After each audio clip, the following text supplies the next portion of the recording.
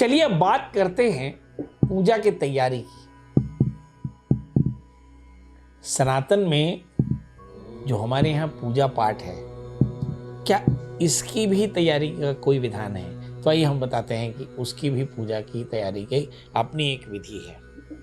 मसलन कि आप आसन वासन बना लें, बढ़िया चौक पूलें और ताजे जल को कपड़े से छान करके कलश में भरें और आयमनी से शंख में जल डालें।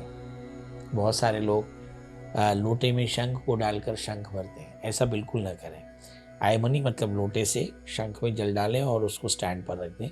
शंख को जल में डुबोना निषिद्ध है। शंख को पृथ्वी पर भी रखना निषिद्ध है। शंख को हमेशा स्टैंड पर रखना और शंख में जल भर कर रखना। फिर शंख में चंदन, फूल, इत्र, घिसा हुआ अक्षत, रोले इत्यादि रख दें। और फिर एक प्रश्न आता है आपके मन में कि भाई पूजन में कौन कौन सी वस्तु किधर रखनी चाहिए? तो देवता के बाईं ओर सुवासित जल से भरा हुआ घड़ा, घंटा, धूपदानी, तेल का दीपक, ये सारे के सारे देवताओं के बाईं ओर रखना चाहिए। और देवताओं के दाईं ओर घी का दीपक और सुवासित जल से भरा हुआ शंख रखना चाहिए। अब एक प्रश्न आता है कि देवता के सामने कौन कौन सा द्रव्य रख सकते हैं? तो कुमकुम, कपूर के साथ घिसा हुआ गाढ़ा चंदन, ये देवता के सामने बिल्कुल नहीं रखना चाहिए। फूल और हाथ में चंदन ताम्रपात्र में बिल्कुल न रखें, मतलब पुष्प आदि हाथ में न रखें और चंदन जो है वो ताम्रपात्र में रखें, ये बिल्कुल ही निषिद्ध है। इसके अलावा चौकोर जल का घेरा डाल करके नैवेद्य की वस्तु को रखना चाहिए। मतलब यदि आप कोई थाली में प्रसाद रख रहे हैं तो सबसे पहले जल लेकर के अनामिका से एक चौकोर जल का घेरा बना लें, उस पर नैवेद्य रखें। ऐसा हमारे यहाँ शास्त्र में विधान है। अब एक प्रश्न आता है आपके यहाँ कि आप अक्सर देवताओं को फूल चढ़ाते हैं, तो कैसे चढ़ाएं?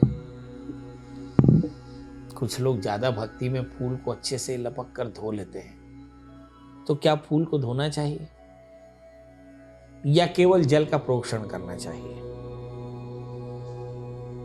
शास्त्र में लिखा है कि फूल और फल जैसे पैदा होते हैं पेड़ों में, वैसे ही नहीं चढ़ाना चाहिए। मतलब जल का प्रोक्षण करके और फिर इन्हें यथावत ऊपर की ओर मुख करके और भगवान को चढ़ा देना चाहिए। केवल बिल्वपत्र का मुख नीचे होता है। दूर्वा और तुलसी दस को अपनी ओर रखना चाहिए और बिल्वपत्र को उल्टा रखना चाहिए। अन्यथा सारे जो फूल हैं वो यथावत जैसे अपने पौधों में जन्म लेते हैं, उगते हैं, वैसे उन्हें चढ़ाना चाहिए। अब एक प्रश्न और भी आता है, ये तो फूल चढ़ाने की विधि हो गई। अगर फूल उतारना हो तो तर्जनी और अंगूठे से फूल को उतारना चाहिए, यानी बाकी द्रव्यों, बाकी उंगलियों का इस्तेमाल नहीं करना चाहिए। फिर एक बात आता है कि भाई मान लीजिए कि पूजा में आपने कोई द्रव्य नहीं रखा, तब क्या करें? तो शास्त्र में लिखा है कि असंपन्नम मनसा संपादयेत, मतलब मानसिक रूप से उसे अर्पित कर देना चाहिए। लिखा है कि आसनम मनसा परिकल्पयामि, कि मैंने भगवान को मानसिक रूप से आसन दिया। और पुष्पमाला मनसा परिकल्पयामि, कि मैं भगवान को मानसिक रूप से पुष्पमाला चढ़ाता हूँ। इस तरह से आप भगवान की पूजा कर सकते हैं यदि कोई द्रव्य आपके पास में ना हो। एक तीसरा प्रश्न आता है कि क्या कोई ऐसा द्रव्य है जो किसी दूसरे द्रव्य के विकल्प के रूप में चढ़ाया जा सकता है? क्योंकि ज़्यादातर पंडित लोग यही करते हैं कि वो आपको बोलते हैं कि भाई धूपमा घ्रापयामि दीपम संदर्शय, बोलता है जल डाल दो, है ना, इसका मतलब जल उतार दो। इसका मतलब क्या हुआ कि क्या जल से दूसरे द्रव्यों के विकल्प की व्यवस्था हो सकती है।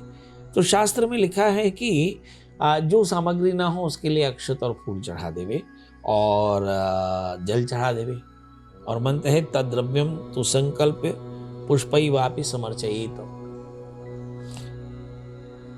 अर्यनेश विहीनम यत् तत्त्वेन प्रकल्पयेत।